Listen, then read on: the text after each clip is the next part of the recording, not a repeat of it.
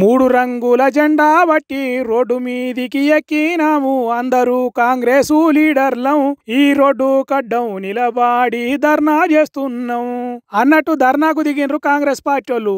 చెయ్యి గుర్తు పార్టీ సర్కార్ల కమ్యూనిస్టులు, కారు గుర్తు పార్టీ వాళ్ళు, కమలం పార్టీ వాళ్ళు ధర్నా చేస్తారు గాని ఇక్కడ గమ్మతిగా కాంగ్రెస్ పార్టీ వాళ్ళే ధర్నా చేయబట్టిండ్రు.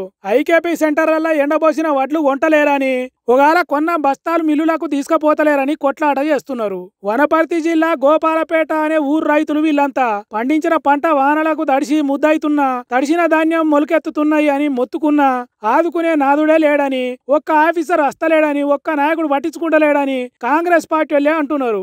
ఆఖరికి ఎస్ఐ, తహసీల్దార్లు వచ్చి సముదాయించి లారీలు వచ్చేటట్టు చేస్తాం, ధాన్యం కొంటాం, మిల్లులకు తరలిస్తాం అని చెప్పుడుతోని ధర్నా బంద్ పెట్టిండ్రు. అధికారంలో ఉన్న పార్టీ కార్యకర్తలే ఇట్లా చేస్తున్నారంటే రాష్ట్రంలో రైతుల పరిస్థితి ఎట్లున్నదో అర్థమవుతున్నది. గింత ఘోరమా కాంగ్రెస్ పాలన అని అంటున్నారు ఈ వీడియో చూసిన ప్రతిపక్షాలు. అయితే మేము కాంగ్రెస్ పార్టీలమే అయినా ఆఫీసర్లకు మా గోడు చెప్పుకునే దానికే ధర్నా చేయాల్సి వచ్చిందని వీళ్ళు అంటున్నారు. ఏందో ఏమో గాని రైతులు మాత్రం గోసపడుతున్నారు కల్లాలల్లా. వాళ్ళను ఆదుకునే దానికి ఆఫీసర్లు అసలే కదులుతలేరు ఎందుకో మరి.